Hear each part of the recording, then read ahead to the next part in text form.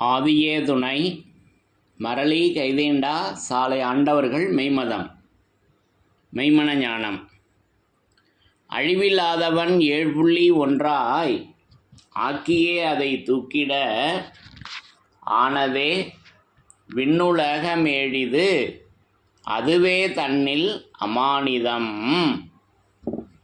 எல்லோருக்கும் நமஸ்காரம். விரிபுவன வேதமாமறைகளின் அதிகாரண செழுங்கலை கருவூலத்து இறைவனின் திருவாயுரை விரிப்பு. இந்த மெய்ப்பாதை வேறு வேதம் ஆசான் திருமேனி. வேதம் ஆசான் திருமேனி. வேதத்தை ஓதினாலே புண்ணியம்.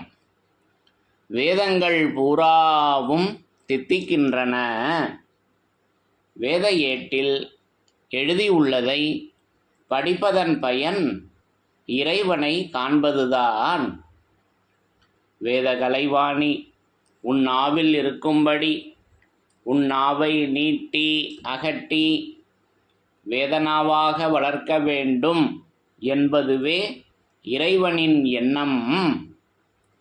வாடாத கண்ணி வயது 10 ஏடான கலைமகள். கலைமகள் வாசம் செய்யும் நாவினை உடையவர்களே மறைமொழி மாந்தர். அவர்களே என் ஆசான். ஓதுமதி வேதகலைவாணி எந்தன் உளம் குளிர நாவில் நின்று முழங்கும் காப்பே. கலைமகள் பேசுவது முதல் நூல். அது ஆதியனாகிய முதல்வர் பேசுவது. தலைவன் தன்னை அறிந்தவனே குலத்தோன் என்று திருவேதம் உமக்கு உரைக்கச் சொன்னது எம்மை என்ற நமது குருபெருமானாகிய பிரம்மோதய மெய்வழிச்சாலை ஆண்டவர்களின் திருவடி வேத திருவடி வணங்கி தொழுது நமது தெய்வம் அவர்கள் என்றென்றும் நமக்கு விளங்கும் அன்பர்களுக்கு எல்லாம் உளம்புகும் தெய்வமாய் அவர்கள் அந்த பரிசுத்த ஆவியாக வேதத்தில் சொல்லப்பெற்றுள்ளதோ பரிசுத்தம். எம்முடைய இந்த பரிசுத்த வாய்மைக்கு இசைந்த இனங்களாகி இருக்கின்றவர்களே கேளுங்கள் என்ற அந்த பரிசுத்த திருவேதமாக திருமறையாக நூலாக கிரந்தமாக ஆகமமாக ஏடாக சுருதியாக வேதாந்தமாக இவை அனைத்தும் குறிக்கக்கூடிய பொருளாகிய அந்த திருமறையாக வேதமாக வேத வாசகமாக வேதம் ஆசான் திருமேனியாக அந்த தெய்வ திருமேனியில் அவர்கள் என்றென்றும் விளங்கத் தெரிபவராக விளங்கி கொண்டு இருக்கின்றார்கள். அப்போ அந்த தெய்வ திருமேனியிலிருந்து என்றும் அழியாத வேத வாசகத்தின் சிறப்புகளை ஒவ்வொன்றாக படித்து தரிசனை செய்து வருகிறோம். அப்போ என்றும் அழியாதது அந்த வேத வாசகம் மட்டுமே. அப்போ மற்றது அனைத்தும் அழிந்தே போகும். குறிப்பாக இந்த உடலானது அழியும், ஆனால் நித்திய பொருளான உயிர் அழிவதில்லை. அப்போ உடல் அழிஞ்சிரும், உயிர் தான் அழியாதது. அப்போ நமக்கு உயிர் இந்த மெய்வாழ்வில் நமது தெய்வமாக அந்த இறை சொரூபமாக அந்த ஆதி பிதாவாக அது வேத வாசகமாக அந்த உயிரானது எனக்கு எப்பொழுதும் விளங்கி கொண்டு இருக்கின்றது. அப்போ அந்த என்றும் அழியாதது, அது என்றும் மாறாதது, அது என்றும் வாடாதது அந்த இறைவனுடைய அருள்வர்ஷிப்பாகிய அந்த வாசகங்கள், அவர்களுடைய அந்த மௌனதாரை, அவர்களுடைய அந்த சொல், அவர்களுடைய அந்த திருவாக்கு ஆக இப்படி அதனுடைய பரிணாம வளர்ச்சி அந்த வேத வாசகமாக அது விளங்கி கொண்டிருக்கிறது. அப்போ அந்த அழியாதது. அப்போது இன்றைக்கு இந்த பதிவிற்காக நான் எடுத்துக்கொண்டது நம்முடைய ஆதி மான்மியம், விற்பதிப்படி வேதத்தாய் மான்மியம், அருள் அடைபடுத்து வேத எழிலோங்கி வளர்ந்த மான்மியம். அது காண்முளையாகிய ஆதிக்கு முன் ஆதியாக இருந்து எடுத்து எழுதி வருகின்ற தவ ஆதீன மான்மியம். அது தெய்வீக மான்மியம். அது பூமி அடங்கலுக்கும் ஓதும் புராதன மான்மியம். அது செஞ்சீரேறி ஓடி வருகின்ற மான்மியம். அந்த மான்மியத்திலிருந்து ஒரு பகுதியினை நான் எடுத்துக்கொண்டேன். அப்போ இந்த பகுதியானது நம்முடைய அகில வலம் வரும் பருவத்தில் பக்கம் எண் 194, பக்கம் எண் 194 இந்த பகுதியானது வருகிறது. இங்கே நமக்கு தெய்வம் அவங்க அற்புதமாக, அது அதிசய பொருளாக நமக்கு அந்த என்றும் அழியாத அந்த வேதவாசகம் எப்படி அது பரிணாம வளர்ச்சி எடுத்து அதனுடைய மாரியதன் நாமம் எப்படி விளங்கி கொண்டிருக்கிறது என்பதை இங்கே நமக்கு அற்புதமாக இந்த தவ ஆதீன மான்மியம் அகில வலம் வரும் பருவத்தில் எடுத்து கொடுக்குறாங்க. இப்போ இந்த பகுதியானது நம்முடைய ஆடுமைப்பு திருக்கோல திருவிழா இருக்கல்லவா, ஆடுமைப்பு திருக்கோலப்பா, அந்த பாவை எடுத்து ஓதுவது தான் திருவிழா. அப்போது அதுதான் நமக்கு இங்கே அமுதாக இருக்கிறது. இங்கே நமக்கு இந்த திருவிழாவில் மட்டும் பார்த்தோம் அப்படின்னாக்கா, இப்போ வெளி உலகத்துலலாம் கோயில் பிரசாதம்னு சொல்லுவாங்கல்லவா, அது மாதிரி நம்ம தேவாலயத்துலேயும் அமுது படைத்தல் என்ற நிகழ்ச்சியெல்லாம் மற்ற திருவிழாவில் உண்டு. பொங்கலில் உண்டு, பிச்சையாண்டவர் திருவிழாவுக்கு உண்டு, கார்த்திகை தீபத்துக்கு உண்டு, பங்குனி திருவிழாவுக்கு உண்டு. ஆனால் இந்த திருவிழாவுக்கு பார்த்திங்கன்னா வாயு உணவாகிய அந்த அமுது எதுவுமே இந்த திருவிழாவில் கிடையாது. முழுக்க செவி உணவு தான் இந்த திருவிழாவில். அந்த சிறப்புக்காக அதை நான் எடுத்துக்கிறேன். அப்போது அந்த ஆடுமைப்பு திருக்கோலப்பாவே நமக்கு அமுதமாக, ஏன்னா ஆப்பான தனிகையரின் சுதம் சொல்வாக்கு அமுதம் இது அருஞான குருமுராதி என்று நமக்கு அந்த அமுத நிலையை நமக்கு எடுத்து கொடுக்குறாங்க. அப்போ விளங்கிடும் தேக நான்கும் வேதனா அமுதம் சிந்தும். அந்த அமுதம் அது வேதனாவாக, அந்த வேதம் வாசகமாக நமக்கு அந்த அமுதத்தை பிச்சையாண்டவர் திருக்கோலப்பாவை நமக்கு அது அமுதமாக, அதை பிரசாதமாக நமக்கு, அதை மட்டுமே நமக்கு பிரசாதமாக இந்த திருவிழாவில் நமக்கு தெய்வம் அவங்க எடுத்து வச்சுருக்காங்க. அப்போ அதற்கான காரண காரியத்தை எடுத்து சொல்லுகின்ற வாசகமாக இந்த பகுதியானது நமக்கு மான்மியத்தில் படைக்கப்பெற்று இருக்கிறது. அது என்ன என்பதை படித்து தரிசனை செய்யலாம். பக்கம் எண் 194, பிரம்மோதய மெய்வழிச்சாலை ஆண்டவர்கள் மான்மியம். சுமார் 30 ஆண்டுகளுக்கு அப்பால் கடந்து வரா நின்ற அதுகால நாளையிலே இவ்விருவுலகத்தின் கண்ணே நல்ல செவித்துளை படைத்த நற்சிந்தை மக்களாகி. அப்போ இந்த உலக மக்களில் தங்களுடைய மக்களாக ஒரு சிலரை தெய்வம் அவங்க சேர்த்துக்கிட்டாங்க. அது எதற்காக அவங்க சேர்த்துக்கிட்டாங்க என்பதை அற்புதமாக இங்கே கொடுக்குறாங்க. என்ன, அவங்க இந்த அனந்தாதி தேவர்களிடம், நம்முடைய அப்பாமார்கள், தாத்தாமார்கள், அம்மாமார்கள், பாட்டிமார்களிடம் தெய்வம் அவர்கள் எதை முதலாக வைத்து எடுத்து சேர்த்து கொண்டார்கள் என்பதற்கு இங்கே அற்புதமாக கொடுக்குறாங்க. நல்ல செவித்துளை படைத்த நற்சிந்தை மக்களாகி நாயகம் அவர்களின் அங்கங்களாக திரண்டு நிற்கும் ஊழியக்காரராகிய மீட்புக்குடைய தீர்க்கதரிசியர்கள், ஆண்டவர்களுடைய சந்ததியர். அப்போது வரிசையாக இதெல்லாம் நெடுக பேச வேண்டியதாக இருக்குது பாருங்கள். அப்போ நல்ல செவித்துளைங்க. அப்போ துளை, அந்த தமர் என்பதை பற்றி நம்ம பேசியிருக்கோம் அல்லவா. பெரியோரின் உள்ளத்தை தமராக எண்ணி அதை கொள்ள வேண்டும். அப்போது தமர், அப்போது பார்த்தோம் அப்படின்னா நம்முடைய இந்த மாமிச தேகத்தில் நவத்வாரங்கள் 9 ஓட்டைகள் இருக்குது, துவாரங்கள் இருக்குது. அப்போது அதில் எதை பிரதானமாக முதல்ல இங்கே நமக்கு எடுத்து தெய்வம் அவங்க கொடுக்குறாங்க அப்படின்னாக்கா, அது நல்ல செவித்துளை. அப்போ கண்ணில் துளை இருக்குது, மூக்கில் துளை இருக்குது, வாயில் துளை இருக்குது, இன்னும் மற்ற பகுதிகளெல்லாம் துளைகள் இருக்கிறது. இவை இருந்தாலும் நம்முடைய மனித தேகத்தில் சிறப்புடைய ஞானேந்திரியங்கள், அதில் முதலிடம் பிடிப்பது அந்த செவி. அப்போ சிறப்புடைய ஞானேந்திரியங்கள் நம்முடைய திருவருட்குறள் 293வது திருவாக்கியத்தில் அதை பற்றி பேசி வர்றாங்க. அப்போ அந்த சிறப்புடைய ஞானேந்திரியங்களில் முதலிடம் பெறுவது அந்த செவிதான். அப்போ அது நல்ல செவித்துளை.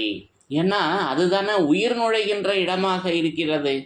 அப்போது இறைவனுடைய நமது தெய்வமர்களுடைய அந்த வேத வாசகம் நமக்கு உயிராக விளங்கி கொண்டிருக்கிறது. தன் சப்தமாகிய உயிரை அது நேரம் அவர்கள் செலவிடுகிறார்கள். இதெல்லாம் நம்ம ஏற்கனவே திருமஞான குரலில் தரிசனம் செய்திருக்கிறோம் அல்லவா. அப்போது அந்த உயிர் நம்மக்கிட்ட வரணுமே. அப்போ தாயினிடமிருந்து ஒரு உயிரை பெற்று வந்தோம். அது என்ன உயிர்னா அது ஆடு மாடுகளுக்கு இருக்கின்ற உயிர் தான் அந்த அறிவு. அப்போ அதை கூட தெய்வமாக அவங்க நமக்கு வாக்கியத்தில் பேசி வரப்போ கோழிக்கு கூட தன்னுடைய குஞ்சை வளர்க்கின்ற அறிவு இருக்குது. அப்போ அதை அறிவுன்னு பெரியவர்கள் சொல்ல. அதை போல் நம்ம உடம்புலையே இந்த உயிர்னு ஒன்று இருக்கு அல்லவா. அது நம்ம தாய் தந்தையரிடத்திலிருந்து தாயின் மூலம் அந்த தாயினுடைய கருவறையிலிருந்து வெளியாகிய உயிர். அது ஒன்றும் சிறப்பே கிடையாது அல்லவா. அப்போ அதுக்கு ராஜகம்பீர பிரசங்கத்தில் தெய்வம் எடுத்து கொடுக்குறாங்க அல்லவா. அந்த பண்டிகையினுடைய அவமானத்தை எடுத்து எப்படி நமக்கு சாட்டை அடி கொடுக்குறாங்க. அப்போ இதெல்லாம் நம்ம நெடுக பேசியிருக்கோம் அல்லவா. அப்போது இங்கே நமக்கு அசலான உயிராக அது நுழையக்கூடிய இடமாக அந்த செவி இருக்குதுங்க. அப்போ அதனால தான் மசண்டை நேரமாயிற்றே போய் வருவோமா, அல்லது இன்னும் கொஞ்சம் ஏதாவது முக்கியமானவைகள் பேச நேரம் தருவார்களா, அல்லது செவிக்கதவை சாத்தி போடுவார்களா என்று நினைக்கின்றேன் பிறவியரே என்று இறை சொரூபம் எண்ணி ஏங்குகிறது நம்முடைய செவித்துளைக்காக. ஏன்னா அவர்கள் நுழையணுமே. அப்போ இரு செவியும் உயிர்த்துளையாம். அப்போது நல்ல செவித்துளை படைத்த, அப்போ அது சிறப்புடைய ஞானேந்திரியமாகிய அந்த செவி, அடுத்து வாய், அதற்கப்புறம் தான் கண்ணு வருது. அப்போ இது அனைத்தும் நமக்கு நம்முடைய மாமிச தேகத்தில் இருக்கக்கூடியதாகவும், அது அசல் எங்கே இருக்குதுன்னா நமது தெய்வம் அவர்களிடம் இருக்கிறது. அது இப்போ வேதத்தில் இருக்கிறது. அப்போ அந்த செவி வரம்பிலா வாய்மை ஞானம் வளர் செவி படுதல் யாருக்கும் தனித்திரு பாடல்களில் ஆதிமை உதயபூரண வேதாந்தத்தில் பேசி வர்றாங்க இறைவன். அப்போது அந்த அசலான செவி எங்கே இருக்குது? ஏன்னா தேவலோகத்தில் பாராயணம் செய்வது கேட்கும் என்றால் அது இந்த காதிலா. அப்போ இங்கேயும் அதுக்கு தடை வந்துருச்சு அல்லவா. அப்போ நம்மக்கிட்ட எங்கே இருக்குது செவி? அது இறைவன்கிட்ட தான் இருக்குது. நிஜமான செவி அங்கே தான் இருக்குது. அது வரம்பிலா வாய்மை ஞானம். அந்த வாய்மையாகி அது வளர் செவிங்க. அது வளர்ந்து கொண்டே இருக்குதுங்க. அப்போ எப்படி தஞ்சை பெரிய கோயிலில் அந்த நந்தி பகவான் வளர்ந்து கொண்டே இருக்கின்றது என்ற ஒரு ஐதீகம் இருக்கு அல்லவா. அது வளர்கின்ற செவியாக அந்த வாய்மை. அப்போ அந்த வாய்மையை எடுத்து கேட்கும் போதுதான் நம்முடைய செவியும் சிறப்புடையதாக ஆகுது. நல்லா விளங்கிக்கணும். எப்போ நம்மளுடைய கருவிக்குலங்கள் நம்ம மாமிச தேகம் எப்போ சிறப்புடையதாக ஆகுது என்றால் இறைவனுடைய அந்த வேத வாசகங்களை, பெரியோர்களுடைய அந்த வேத வாசகங்களை கேட்கும் போதும், அதை படிக்கும் போதும், அதை எடுத்து சொல்லுகின்ற போதும், அப்போதான் நம்ம இந்த கருவிக்குலங்கள் நம்முடைய மாமிச தேகத்தில் இருக்கக்கூடிய கருவிக்குலங்கள் சிறப்புடையதாக ஆகுதே தவிர மற்ற நேரத்தில் உண்டா? மற்ற உலக காரியம் செய்கிறப்ப உண்டா? இல்லை. இதை நல்லா விளங்கிக்கணும் அல்லவா. அப்போது அந்த செவித்துளை அது நல்ல செவித்துளைங்க. அப்போ இருக்கிறதுலையே பிரதானமானது என்னவாக இங்கே தெய்வம் குறிப்பிடுறாங்கன்னா அது செவியை குறிப்பிடுகின்றார்கள். அது இறைவனிடம் இருக்கிறது. அது வாய்மையாக இருக்கிறது. அந்த வாய்மையை எடுத்து கேட்கும் பொழுது நம்முடைய காதும் சிறப்புடையதாக ஆகிறது அல்லவா. இப்படி நமக்கு அது நல்ல செவித்துளை படைத்த நற்சிந்தை மக்களாகி, அப்போ சிந்தை, அப்போ அந்த நற்சிந்தை, அப்போ சிவாய நம என்று சிந்தித்திருப்போருக்கு அந்த சிந்தை அது வேணும் அல்லவா. அது சிந்தித்தல். அப்போது நல்ல செவித்துளை படைத்த நற்சிந்தை மக்களாகி நாயகம் அவர்களின் அங்கங்களாக திரண்டு. அப்போது அனந்தாதி தேவர்கள், அனந்தகிகள் யாரு? நம்முடைய மூத்தோர்கள் இந்த மெய்வழி சபையில் அங்கத்தினராக சேர்ந்துள்ள அந்த 5049 பேர். அதற்கப்புறம் மெய்வழி என்ற பட்டம் காஷாயெல்லாம் கொடுத்து தெய்வம் அவர்கள் தூள திருமேனியில் இருந்த கடைசி காலங்களில் சின்ன பிள்ளைங்கள்லாம் கூட மெய்வழி என்ற நாமத்தோடு சேர்த்து அங்கத்தினராக ஆக்கி வச்சுருக்காங்க அல்லவா. இப்போ இதெல்லாம் நம்முடைய சகோதரர்மார்கள் எல்லாம் அதில் ஒருத்தராக இருக்காங்க அல்லவா. அப்போ அவங்கெல்லாம் யார் அப்படின்னாக்கா தெய்வம் அவர்களின் அங்கம்ங்க. அப்ப நீ கைப்பற்றியுள்ள இது புராதன பழமை ஞானம், அது நற்திருமேனியின் அங்கத்தில் ஒரு துண்டு நீ என்பதை மறந்து விடாதே. திருவருட்குறள் திருவாக்கியங்கள்ல பேசி வர்றாங்க. அப்ப அவர்களுடைய அங்கத்தில் துண்டாக இந்த மெய்வழி சபையில் சேர்க்கப்பட்டுள்ள அங்கத்தினர்கள் இருந்து வர்றாங்க. அது இப்ப எப்படி வேதத்துல எப்படி அங்கமாக ஆக்குவது, அடுத்து இதுலயே சந்ததி என்று பேசி வர்றாங்கல்லவா. இப்ப நம்ம எல்லாம் சந்ததி என்று பெருமையாக ஒரு பெருமை நம்ம எடுத்துக்கிறோம். அப்போ அவர்கள் சொற்படி நடந்தோமா? இது எனக்கும் உண்டு இந்த கேள்வி, மற்றவர்களுக்கு மட்டும் அல்ல, முதல்ல எனக்கே உண்டு. அவர்கள் சொற்படி நடந்தோமா, நான் நடக்கிறேனா, அப்பல்லவா அது சந்ததி. இது தூள நடைமுறையில். ஆனால் இங்கே வேதத்தில் வளர்றப்ப அந்த வேத வாசகமே அவர்களுடைய அங்கங்களாக இருக்கிறது, நம்ம இல்லை. இந்த வேதத்தில் அப்போ அந்த வேதமாகிய அந்த ஆசான் திருமேனியில் ஒவ்வொரு வாசகங்களும் அந்த பரிசுத்த உடலுக்கு அங்கங்களாக விளங்கி கொண்டிருக்கிறது. அப்போ அது வந்து நம்ம உடலில் பாகங்கள்லாம் சொல்லியிருக்கோம் அல்லவா. தலை, கை, கால், கண், மூக்கு, வாய், நாவு, பல் என்று எவ்வளவு அங்கங்கள் இருக்குது இப்போ நம்முடைய மாமிச தேகத்திலையும். அப்போது இது அனைத்தும் நமக்கு பரிசுத்த ஆவியாகவும் நமக்கு இதை எடுத்து வச்சிருக்காங்க. அப்போ இதெல்லாம் நம்ம ஏற்கனவே வேதத்தின் சிறப்புகளில் சர்வ வேதங்களும் எதற்குள் அடக்கம், கண், காது, மூக்கு இவைகளுக்குள்ளாகத்தானே அடக்கம் என்று நமக்கு திருமஞான குறள் 2வது திருவாக்கியம் சாகாக்கலை கிரந்தத்தில் பேசி வர்றாங்கல்லவா. அப்போ அதில் ஒவ்வொன்றாக நம்ம தரிசனம் செய்து பார்த்துருக்கிறோம். அப்போது அங்க அடையாளம், செயற்செய்கை அடையாளம். அப்போ தூளத்தில் பார்க்குறப்ப அது அங்க அடையாளமாக இருக்குது. பரிசுத்த ஆவியாகி அந்த வேத உடலில் போய் பார்க்குறப்ப அது செயற்செய்கை அடையாளமாக அது இருக்கிறது. அப்போது அந்த அங்கம் அந்த வேத வாசகங்களே. அப்போது திருவருட்குறளில் வருகின்ற 325 திருவாக்கியங்களும் இறைவனுடைய அந்த நித்திய உடல்ல, பரிசுத்த உடல்ல அங்கங்களாக விளங்கி கொண்டிருக்கின்றன. அவர்களாகவே இருக்கின்றார்கள், அந்த அங்கங்களும் அவர்களாகவே. அப்போ நம்ம மாமிச தேகத்திலேயே பார்த்தோன்னா நம்ம உடல்லையே ஏதாவது ஒரு அங்கத்தில் குறைபாடு ஏற்பட்டால் எவ்வளோ கஷ்டப்படுறோம். அப்போது இங்கே பரிசுத்த ஆவியில் அந்த அங்கங்கள் இல்லைன்னாக்கா இப்போ இதற்கு நமக்கு இந்த சாட்சி, வேத சாட்சி இல்லைன்னா இப்போ இதை எடுத்து நம்ம பேச முடியுமா? முடியாதே. அப்போ எவ்வளவு முக்கியமானதாக அந்த அங்கங்களாக அந்த வேத வாசகங்களே விளங்கி கொண்டிருக்கின்றன என்பதை இப்படி நான் அதை உணர்கிறேன். அப்போது நல்ல செவித்துளை படைத்த நற்சிந்தை மக்களாகி நாயகம் அவர்களின் அங்கங்களாக திரண்டு நிற்கும். அது எப்படி இருக்குன்னா அது திரண்டு நிற்கிறது. அது தெய்வ திருப்பாடல்களின் திரட்சியாக திரண்டு நிற்கிறது. அந்த பாடல்களாக நான் இப்படி அந்த அங்கத்தினரை வேதத்தில் நான் தரிசனம் செய்கிறேன். அப்போது அது தெய்வ திருப்பாடல்களின் திரட்சி. நமக்கு ஆதிமை உதயபூரண வேதாந்தத்தில் அதை கொடுத்துட்டாங்களே, அது எப்படி திரண்டு. அப்போ திரண்டு உருவெடுத்து திருவிழவு ஆடல் புகுந்து உலகம் முழுவதும் வருவன போன்றும் என்று அவதார காட்சி பகுதியில் நமக்கு அது கொடுக்குறாங்கல்லவா. அப்போ அந்த திரண்டு தான் உருவெடுக்கிறது. அப்போ அது உருவெடுத்தது அது இறைவனின் திருவுருவாகி அந்த வேத வாசகம், அது வாசகமாக அல்லவா நம்முடைய வேதத்தில் உருவெடுத்து அது திரண்டு இருக்கிறது. இப்படி நான் அந்த அங்கத்தினை தரிசனம் செய்கிறேன். அப்போ நாயகம் அவர்களின் அங்கங்களாக திரண்டு நிற்கும் ஊழியக்காரர்களாகிய மீட்புக்குடைய தீர்க்கதரிசியர்கள். அப்போது ஊழியம் இங்கே தூளத்தளவில் நம்ம செய்கிறோம். ஆனால் நிஜமான ஊழியம் எது செய்யுது என்றால் அது இறைவன் தான் செய்கிறாங்க. அப்போ அதை நமக்கு தெய்வ தேடுகுடகத்தில் எடுத்து கொடுக்குறப்ப புதுமையாகிய இத்தொண்டு பழமை மூலகாரண காரியத்தை. அப்போ அந்த தொண்டு செய்தல் அந்த பழமையல்லவா நமக்கு தொண்டு செய்கிறது. அதல்லவா என்றைக்கும் அந்த லோகோபகாரம். அப்போ அதை நமக்கு மான்மியத்தில் எடுத்து கொடுக்குறப்ப தாங்கள் ஏறி நிற்கும் ஜீவ சிம்மாசன பேராண்மை பிரம்மோதய பெருக்கென்னும் அரிய செவ்விய லோகோபகார.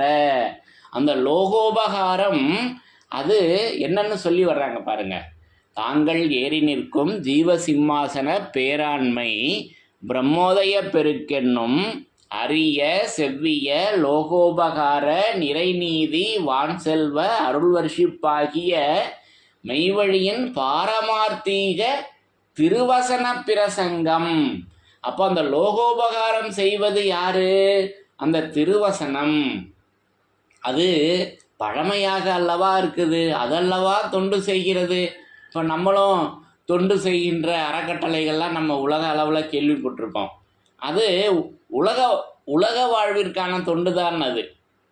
அப்போ அதுலேயும் எவ்வளோ ஊழல் இருக்குது, அதை பற்றி பேசிக்கிட்டே இருக்கலாம், தேவையில்லை. அதை உதாரணத்துக்காக எடுத்தது. அப்போது நிஜமான தொண்டு அந்த இறை சொரூபம் செய்கின்ற, அது நம்மேல் வைத்த அந்த இரக்கம், அது பழமையாக இருக்கிறது. அது இங்கே திருவசனமாக இருக்கிறது, அந்த லோகோபகாரம்.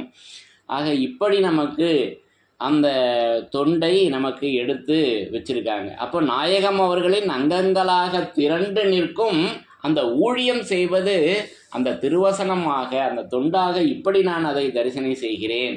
அப்போது திரண்டு நிற்கும் நாயகம் அவர்களின் அங்கங்களாக திரண்டு நிற்கும் ஊழியக்காரராகிய மீட்புக்குடைய தீர்க்கதரிசியர்கள் ஆண்டவர்களுடைய சந்ததியரென. அப்போ அந்த சந்ததி, அப்போ அந்த சந்தத்தை தரிசனை செய்தவர்கள். அப்போ அந்தமே சிந்தை பதிந்த சந்தனகந்தம் கமழும் எந்தை முனி தந்தை தந்தையே. அப்போ அந்த சந்ததி, அது வாரிசு. அது வாரிசு, அது அந்த வேதவாசகமே அல்லவா வாரிசாக நமக்கு இப்படி அதை எடுத்து வைத்திருக்கிறார்கள். அப்போ இந்த காட்சியெல்லாம் வேதத்தில் வருகின்ற மக்களுக்கு அல்லவா. ஆக இப்படி நான் அந்த அங்கத்தினரையும் அந்த ஊழியக்காரர்களையும் அந்த சந்ததியையும் இறை சொரூபமாகவே, அந்த வேத வாசகமாகவே நான் தரிசனை செய்கிறேன். அப்போ ஆண்டவர்களுடைய சந்ததியரென அனந்தர்குல பெருங்குடி,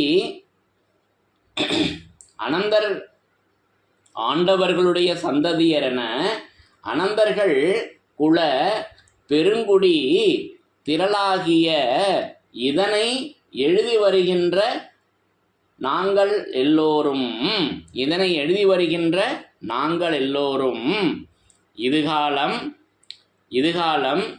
இஜகம் புவனாதி எண்களிலும் விளங்கும்படியாக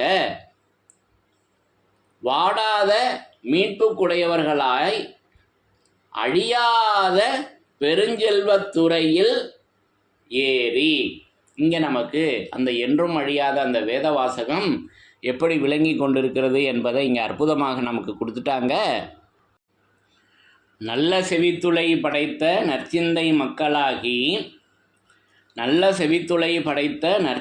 மக்களாகி நாயகம் அவர்களின் அங்கங்களாக திரண்டு நிற்கும் ஊழியக்காரராகிய மீட்புக்குடைய தீர்க்கதரிசியர்கள் ஆண்டவர்களுடைய சந்ததியரென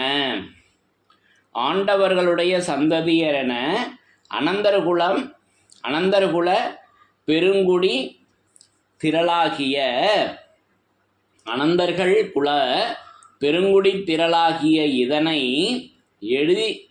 எழுதி வருகின்ற நாங்கள் எல்லோரும் என்று நமக்கு அதை எடுத்து சொல்லி, அடுத்தது அந்த என்றும் அழியாத வேதவாசகம் எப்படி இருக்கிறது என்பதை எடுத்து கொடுக்குறாங்க.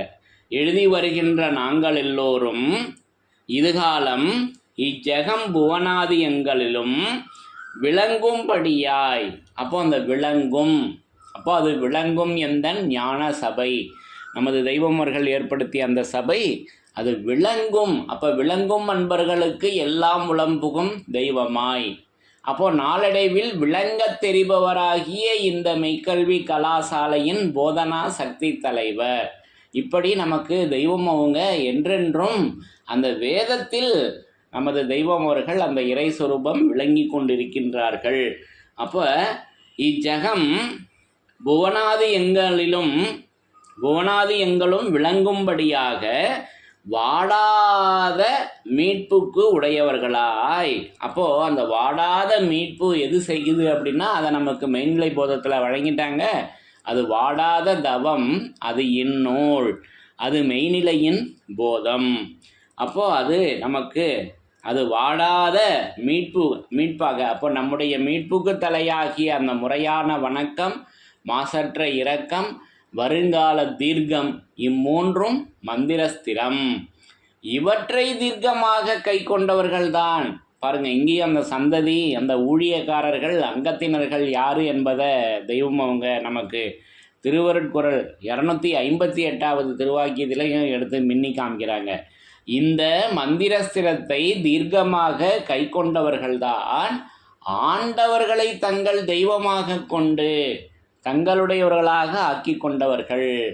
அப்போது இதை நமக்கு வேதத்தில் எல்லோருக்கும் வச்சுருக்காங்களே, இங்கே வேதத்துக்கு வந்தால் அவங்களுடைய அங்கத்தினராக நம்ம ஆகிக்கலாம், ஊழியக்காரராக ஆகிக்கலாம், அவர்களுடைய சந்ததியாக ஆகிக்கலாம். வேத வாசகத்திற்கு வந்தால் அந்த பரிசுத்த ஆவியாக அல்லவா. ஆக இப்படியெல்லாம் அதை நமக்கு உலக மக்களுக்கு எடுத்து வச்சிருக்காங்க அல்லவா. அப்போ இதுகாலம் இஜகம் புவனாதி எங்களும் விளங்கும்படியாய் வாடாத மீட்புக்கு உடையவர்களாய் அழியாத பெருஞ்செல்வத்துறையில் ஏறி. அப்போது அந்த என்றும் அழியாத வேத வாசகம் அது எப்படி இங்கே விளங்கி கொண்டிருக்கிறது, அதனுடைய மாரியதன் நாமம் என்னன்னு கொடுக்குறாங்க. அது அழியாத பெருஞ்செல்வத்துறையாக அது இருக்குதுங்க. அப்போ அது துறை. அப்போ ஆற்றில் கிடந்தும் துறையறியாமல் அலைகின்றாயே என்று நமக்கு முன்னோர்கள் மெஞ்ஞான செம்மல்கள் வாசகம் கொடுக்குறாங்க அல்லவா. மாற்றி பிறக்க வகையறிந்தாய் இல்லை அந்த பாடலில் ஏற்றி கிடக்குது 7 கோடி மந்திரம் என்ன நீ கண்டாய், ஆற்றில் கிடந்தும் துறையறியாமல் அலைகின்றாயே என்று பேசி வர்றாங்க அல்லவா. அப்போது அந்த பிறவி கடலில் சிக்கியிருக்கோம் அந்த ஆறில். அப்போ அதில் கரையேறுவதற்கு அந்த கரையில் தான் அந்த துறை என்றால் படிக்கட்டு அல்லவா, அந்த படி வழியாக நம்ம தப்பித்து மேலே ஏறி வரணும். அப்போ ஆற்றில் கிடந்தும் அந்த துறை அது அறியக்கூடியதாக இருக்குது. அப்போ இப்படி நமக்கு அதை அழியாத அது பெருஞ்செல்வத்துறையில் ஏறி நாளும் சோராது வரம் கோடு கண்ட வாழ்வினுக்காக என்று நமக்கு அதெல்லாம் எடுத்து அது வரம் கோடு கண்ட வாழ்வுங்க. இது எப்பேற்பட்ட வாழ்வு, இது இறைவனோடு ஒன்று சேர்ந்து கூடி வாழ்கின்ற வாழ்வு, அது வரம் கோடு கண்ட வாழ்வு என்று சொல்லி அந்த திருவிழாவின் அந்த ஞாபகத்தை நமக்கு ஏற்படுத்துகிறாங்க. அப்போ அந்த வரம் கோடு கண்ட வாழ்வினுக்காக வரும் வருடங்கள் தோறும் சந்ததி பாரம்பரையாய் வைகாசி மாதங்களிலே மெய்வழி ஆண்டு விண்மதி பௌரணை நாளிலே. அப்போ அது விண்மதி மாதம் வைகாசி, நமக்கு மெய்வழி ஆண்டில் அந்த வைகாசி மாதத்திற்கு விண்மதி என்ற நாமம் கொடுத்துருக்காங்க அல்லவா. அது விண்மதி. அப்போ அந்த மதியே விண்ணாக, அது ஆகாயமாக, அது பரலோகமாக, அந்த அறிவே அது வேதமாக அந்த அறிவு விளங்கி கொண்டிருக்கிறது. அது பௌரணை. அப்போது அது முழு நிலவு அல்லவா பௌரணை. அப்போது பௌர்ணமி கொடியேற்றம், அது முழு நிலவாக நமக்கு அந்த விண்மதி பௌரணை நாளிலே திருநாள் இயற்றி. அப்போ அந்த திருநாளை இயற்றி வைத்திருக்கிறார்கள். பாருங்கள், வாசகம் நல்லா கவனிக்கிறப்ப அந்த திருநாளை உண்டாக்கி அது இயற்றின்னு கொடுக்குறாங்க. அப்போது இயற்றுதல் என்பது பாடலைத்தானே இயற்ற முடியும். இந்த பாடலை இயற்றியவர் இந்த கவிஞர் அப்படின்லாம் நம்ம உலகாயுதமாக கேள்விப்பட்டிருக்கோம் அல்லவா.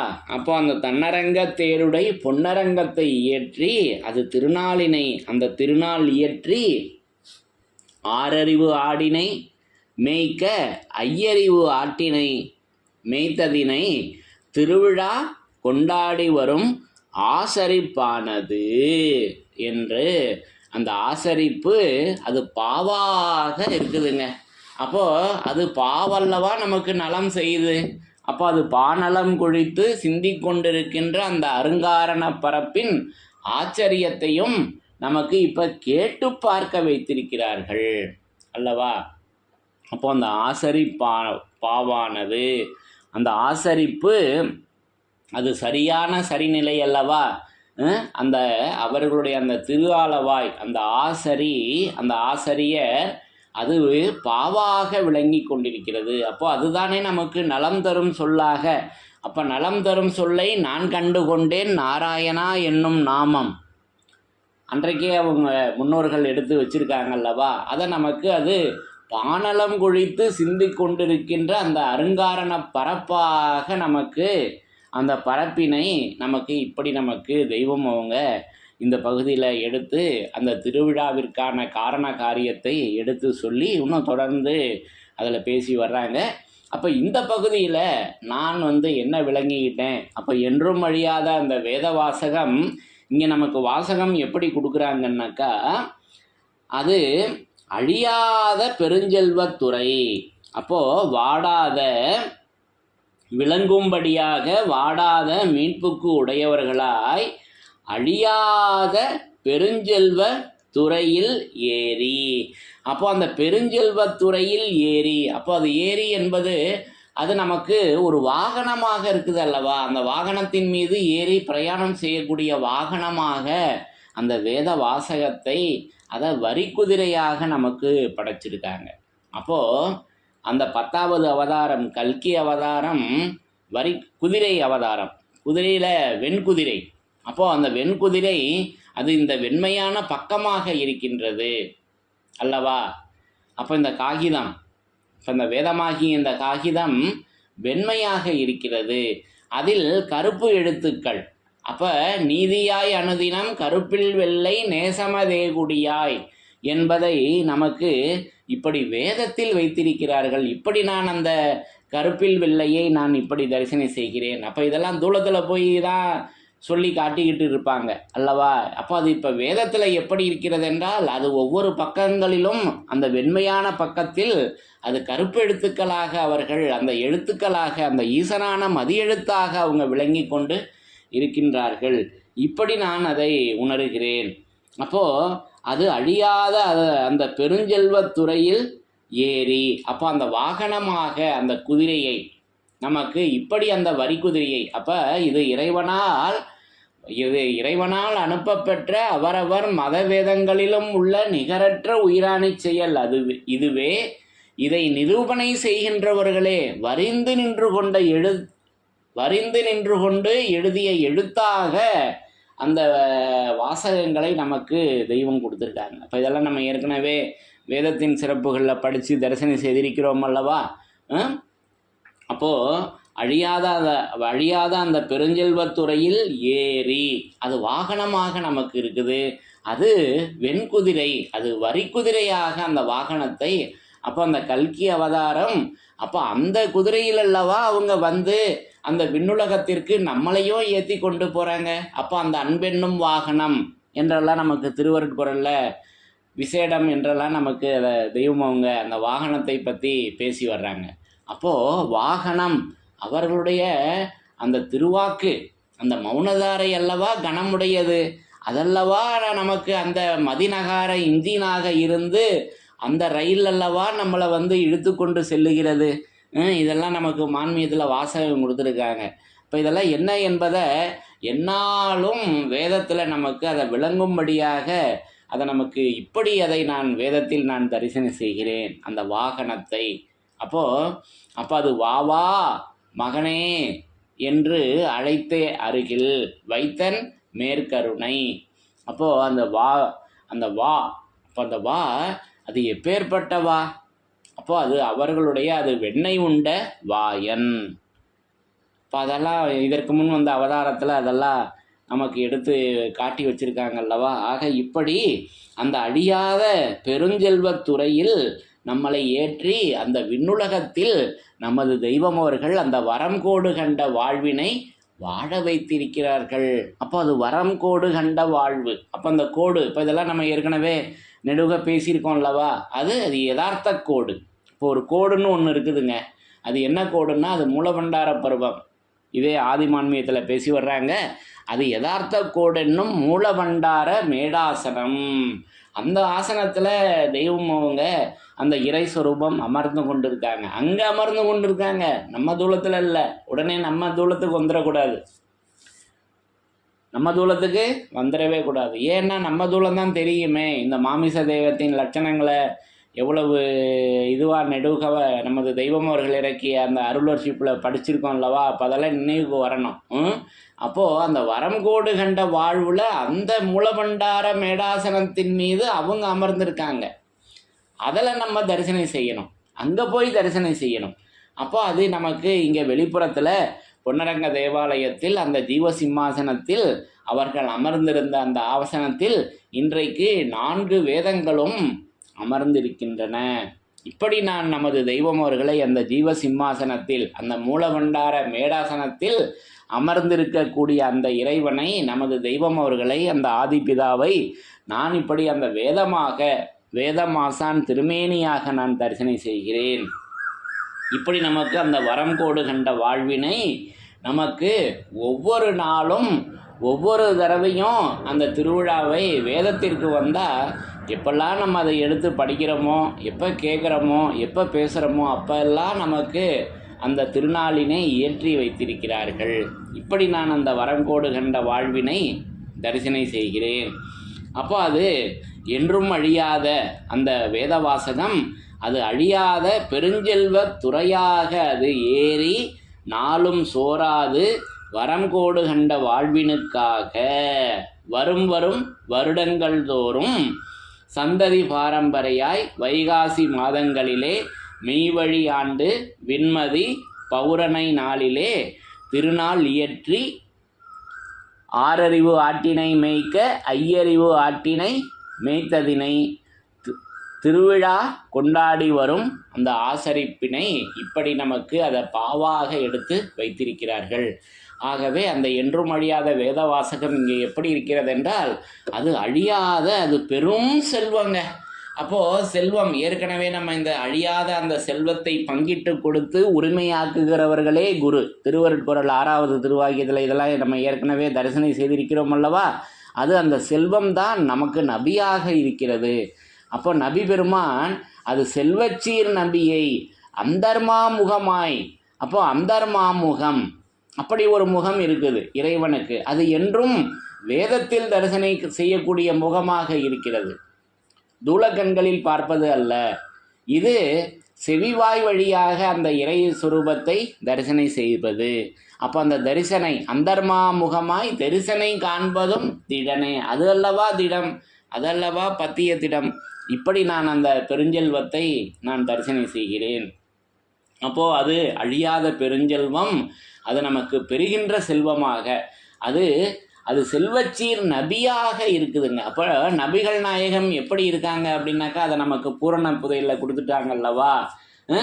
விண்டு விண்டு மூடியும் வைத்தேன் இந்த நூலில் வேத நபி நடந்தனார் படிவழியே. அப்போ அது வேத நபி. அப்போது பாசு நபி மறையை படித்தும் தன்னை அறியா, பாசு நபி மறை. அப்போ அந்த பாசு நபி அது பாசு பதமாக இருக்கிறது. அது பாருங்க, இதே திருவிழாவிலேயே பாசுபத தவக்கோலப்பா. அப்போ அந்த பாசு அது பதமாக அல்லவா அந்த நபிகள் நாயகம், அந்த இறை சொரூபம், அந்த இறைநிலை விளங்கி கொண்டிருக்கிறது. அப்போ இவையெல்லாம் வேதத்தில் நமக்கு தருகின்ற காட்சிகளாக நமக்கு இதை இப்படி எடுத்து வைத்திருக்கிறார்கள் என்பதை அந்த அழியாத அந்த பெருஞ்செல்வத் துறை. அப்போ அந்த துறை என்பது படிக்கட்டாக இருக்கிறது. இப்போ ஆற்றில் அந்த துறை இருக்கிறது. அப்போ இந்த உலக அரசாங்கத்திலையும் இப்போ துறைகள், ஒவ்வொரு துறைகள் இருக்குது அல்லவா? நம்முடைய மாநில அரசாங்கம் எடுத்துக்கொண்டாலும் சரி, இந்திய அரசாங்கம் எடுத்துக்கொண்டாலும் இந்த நாட்டை சீர்படுத்தி வளர்ச்சி பாதையில் கொண்டு செல்வதற்கு ஒவ்வொரு துறைகளாக ஏற்படுத்தி வச்சிருக்காங்க உலக ஆட்சியில் அல்லவா? அப்போது விண்ணுலக ஆட்சியில் அந்த வேத வாசகம் ஒவ்வொரு துறையாக இப்படி அதை விளங்கி கொண்டிருக்கிறது. அந்த துறையாக அந்த வேதவாசகம், அந்த என்றும் அழியாத வேதவாசகம் விளங்கி கொண்டிருக்கிறது என்பதை இப்படி நான் இந்த பகுதியில் நான் தரிசனை செய்கிறேன்.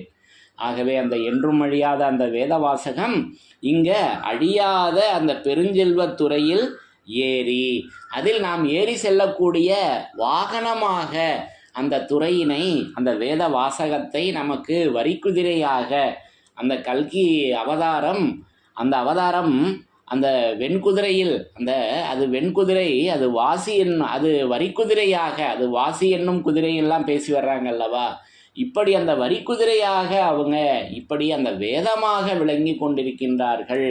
வேதம் ஆசான் திருமேனியாக விளங்கி கொண்டிருக்கின்றார்கள் என்பதை இங்கே இப்படி நமக்கு நிரூபணை செய்து இந்த பகுதியில் தந்திருக்காங்க. ஆகவே அந்த என்றும் அழியாத, என்றும் மாறாத, என்றும் வாடாத அந்த வேத வாசகம் அது அழியாத பெருஞ்செல்வத் துறையாக, அது ஏறி செல்லக்கூடிய வாகனமாக நமக்கு இருக்கிறது அல்லவா? இப்படி நான் அதை அந்த வேத வாசகத்தை, அந்த பெருஞ்செல்வத் துறையினை இப்படி நான் தரிசனை செய்கிறேன்.